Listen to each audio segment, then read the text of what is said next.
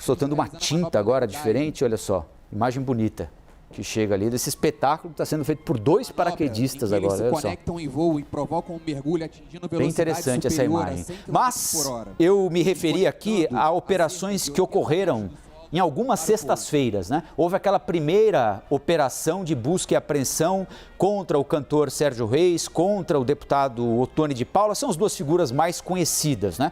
Porque eles estavam estimulando, na avaliação do Supremo Tribunal Federal, estimulando a ida de manifestantes a Brasília para que, de forma violenta, esses manifestantes trabalhassem pela retirada, sabe-se lá como, de ministros do Supremo Tribunal Federal, para exigir que o presidente do Congresso Nacional, Rodrigo Pacheco, retirasse os 10 ministros do Supremo Tribunal Federal, né? São 11, mas tem um faltando. O André Mendonça foi indicado, mas não foi sabatinado. Restam 10 no Supremo Tribunal Federal. Aquilo já gerou um mal-estar, né? Porque o presidente da República e aliados do presidente disseram, olha, há um atentado aí contra a liberdade de expressão. Quem defende a prisão diz, excederam a liberdade de expressão não ao criticar o Supremo Tribunal Federal, mas ao dizer que iriam a Brasília invadir prédios públicos e obrigar a retirada, a remoção de ministros do Supremo Tribunal Federal. Aí veio a sexta-feira seguinte. Na sexta-feira seguinte, a prisão de Roberto Jefferson.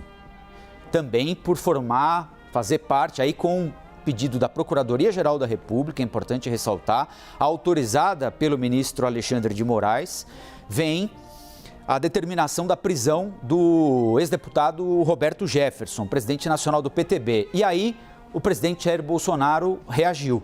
Reagiu no sábado seguinte, né? Foi numa sexta-feira, no sábado, ele publicou nas redes sociais que iria pedir a abertura de impeachment contra 2 ministros do Supremo Tribunal Federal. Luiz Roberto Barroso, com quem ele travou uma intensa batalha pela aprovação da PEC do voto impresso, foi derrotado no Congresso Nacional, na Câmara.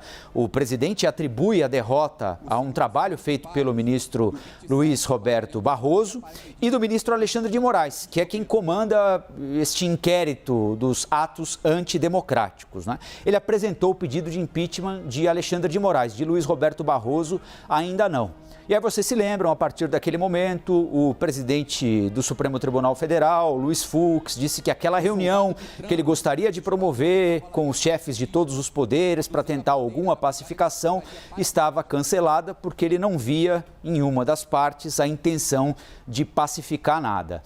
E desde então, o 7 de setembro vem sendo tratado como uma possibilidade dos apoiadores do presidente Jair Bolsonaro, isso dito pelo próprio presidente Jair Bolsonaro, de manifestarem apoio ao presidente Bolsonaro. Houve uma mudança na forma como a manifestação foi tratada por quem a organiza e por quem convoca pessoas para participarem dessa manifestação. Olha a bandeira do Exército Brasileiro aí. Num primeiro momento, havia a interpretação de que as manifestações eram antidemocráticas. Para tentar tirar essa capa, o governo, o presidente Bolsonaro, apoiadores do presidente Bolsonaro começaram a dizer que, na realidade, o que vai acontecer hoje são manifestações pela liberdade que estaria sendo atacada por decisões tomadas fora das 4 linhas, para usar uma expressão que ficou muito comum agora, por ministros do Supremo Tribunal Federal. Então é nesse contexto todo de turbulência institucional que nós chegamos a esse 7 de setembro e por isso é que ele ganha tanta importância. O presidente Jair Bolsonaro, um político capaz de mobilizar muita gente, tem pedido às pessoas que vão às ruas. Ele, aliás, ontem, a justiça seja feita numa rede social, pediu que a manifestação seja ordeira e pacífica, mas pediu que as pessoas estejam nas ruas para mostrar o que o povo quer. É isso que o presidente Jair Bolsonaro diz, vai extrair hoje dessas manifestações. Ele deve participar de 2. Há manifestações em várias cidades do país, né? A gente já mostrou Rio de Janeiro, mas as maiores mesmo, Brasília e São Paulo. São Paulo é a maior de todas, né? Os organizadores foram 13 entidades, né? Associações que pediram autorização para o governo de São Paulo para postarem caminhões. Então vão ficar caminhões atravessados, estacionados nos principais cruzamentos da Avenida Paulista, entre a Brigadeiro Luiz Antônio e a Praça do Ciclista, que fica lá já na chegada à Rua da Consolação. Essa deve ser a maior manifestação de todas. E o presidente Jair Bolsonaro prometeu um discurso mais robusto. Repito aqui a expressão utilizada pelo presidente, discurso mais robusto em São Paulo, onde haverá um público maior. Importante também ressaltar que, assim como há manifestações a favor do presidente Jair Bolsonaro, há manifestações contra o presidente Jair Bolsonaro. Em São Paulo, por exemplo, olha, em Brasília, ocorre ao mesmo tempo na Torre de TV, que fica uma distância ali de 3 a 4 quilômetros da esplanada dos ministérios, de onde vai ocorrer a manifestação a favor do governo, quando tem mais um paraquedista chegando lá ao Palácio da Alvorada. E agora com a bandeira do Brasil, um outro paraquedista. Então, em Brasília, manifestações simultâneas. No Rio, também manifestações simultâneas. E em São Paulo, também haverá manifestações simultâneas.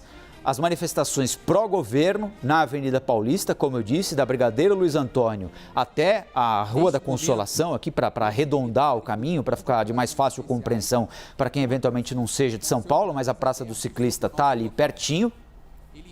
E a manifestação contrária ao governo, organizada por quem faz oposição ao governo, está descontente com o governo, ocorre no Vale do Anhangabaú. Dá mais ou menos uns 3 quilômetros, 3,5 quilômetros da Avenida Paulista. Olha só, agora a paraquedista vai levar a bandeira do Brasil ao presidente Jair Bolsonaro. Aqui à frente nós conseguimos observar os homens da Marinha do Brasil, representantes das 3 forças, agora aí no Palácio da Alvorada. Estamos registrando o pouso de mais um paraquedista. E aqui um pequeno grupo de manifestantes, né? Nem todos têm acesso a esse local, né? A gente só vai ter uma compreensão mais exata da magnitude da manifestação ao longo da manhã. Não é possível tirar nenhuma conclusão agora sobre presença de público, baixo ou alta, até porque o acesso a esse local não é generalizado, né? Evidentemente que a Polícia Militar do Distrito Federal não pode permitir a chegada de tanta gente assim próxima ao presidente da República. O Distrito Federal tem a intenção, e eu digo tem a intenção porque é uma medida altamente complexa, assim como São Paulo também, de monitorar todo mundo, revistar todo mundo que vai participar dessas manifestações, para evitar que alguém, né, apareça mal intencionado nessas manifestações. Isso pode acontecer, né? Quando eu digo que é uma luta difícil, é muita gente, né? Em São Paulo falam em mais de 1 milhão de pessoas. A gente não sabe se isso vai se concretizar, mas inspecionar tanta gente assim é algo que São Paulo já faz, não é?